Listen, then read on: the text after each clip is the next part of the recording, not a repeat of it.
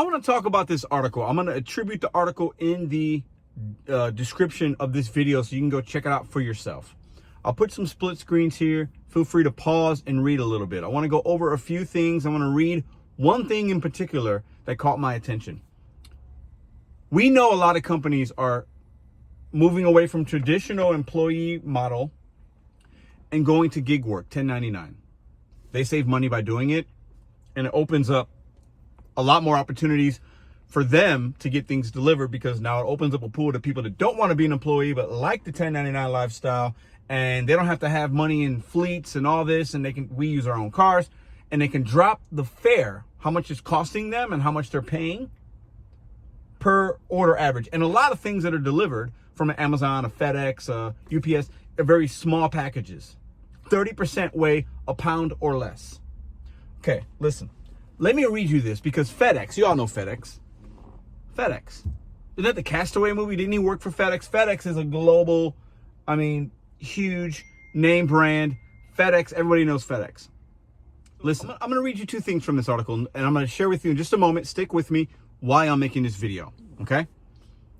So we're talking about FedEx here. This article is somebody giving their insight and input on how they think FedEx can compete with a lot of the other big companies and stay relevant and get their things delivered at a lower cost to them. FedEx cost for contracted drivers is much lower, $35 per hour. But it too will not be able to compete with gig-based carriers such as DoorDash, Jitsu, and Vihu that use crowdsourced drivers, that's you and me, willing to deliver small parcels with their personal vehicles and earn less than $15 per hour. Let me read you one more thing here. FedEx is best positioned to build out a gig worker delivery model using its highly recognized brand to attract gig workers, allowing it to offer rates of under $3.50 per parcel. So what they're talking about here, think about these routes on said apps. All the apps have routes, whether 10 items, 10 pickups, 50, 60. Think about any app. Part of their business model is, hey, we got a lot of these, it could be even Amazon, FedEx, DoorDash, Uber does it, Viho, Roadie. They put a lot together, and it brings down their cost per item so that they can make more money and keep more of their money. I get it. It makes sense. $3.50 per parcel. So imagine picking up 10 packages, $3.50 per parcel. You can do the math, but a lot of times those routes are like 100 miles. It'll take you, 2.5, 3 hours to do it from beginning to end, and it's not worth the $35 that you're going to make. So a lot of us don't accept it, but many do. There's a push from insiders, executives of these companies, to have more work go to people like you and I, because the vast majority, because these people know their numbers, they know who's accepting, who's declining, they know the cancellation rate, they know what we're doing. They have all that information from our devices and from our accounts. The push is to have us do it. In this article, they talk about unionization, which is part of UPS has that, and their average is $65 an hour that they have to pay their people. At least that's what they use as an example. It's not very cost effective. You and I doing this work at $3.50 a pop or whatever on average and using our own vehicles, okay? They don't have to worry about a fleet and gas and all these other types of things. It's saving these big corporations from going belly up. It's keeping them competitive. And yeah, it is making us some money. I am grateful, like you, for the opportunity. Let's not lose that here. However, we have to understand the game that these companies are playing and where this work's going. Now, the positive here is, hey, if FedEx and these other big companies continue to have more work opportunities for us, more routes for us, great. The more opportunity, the better. But it doesn't mean the opportunity is always going to be good. And if anything, it's $3.50 now. It'll be $2 eventually. We all know when a company starts, they're going to offer the most amount per parcel to incentivize people to sign up, to stay active, and be happy. And then as they get their pool of drivers, the catering apps did this. The catering apps were paying a lot more in base fare before. DoorDash was paying more. Instacart was paying more. Now the pay goes down quarter after quarter, year over year, because now they got more people willing to do it. More people means more dummies that are going to take a $2 order.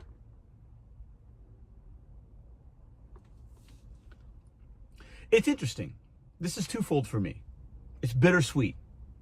I enjoy these apps most of the time. They're easy. It's very flexible for somebody that has a lifestyle that I have. I have this channel. I can share information. I'm going to help a family friend today in about an hour. So I'm doing this catering I'm waiting on. And then boom, I'm done. I've made a little money today. And now I can help and be purposeful for my family instead of having to ask for a time off or do this or worry about. No, I don't have to talk to anybody when I turn the apps off. I love that. But the bitter part about it, those are the sweet things about this work. The bitter part about it is the pay can suck and it goes down year over year for most drivers. And it's getting so diluted and saturated with people that don't know any better and think that you are some type of employee based on a program or tier system or whatever, a language barrier. You just don't know what you don't know yet. And the companies prey on that. They know what they're doing. So do you think FedEx will ever get to the point where more or all of their work turns into that?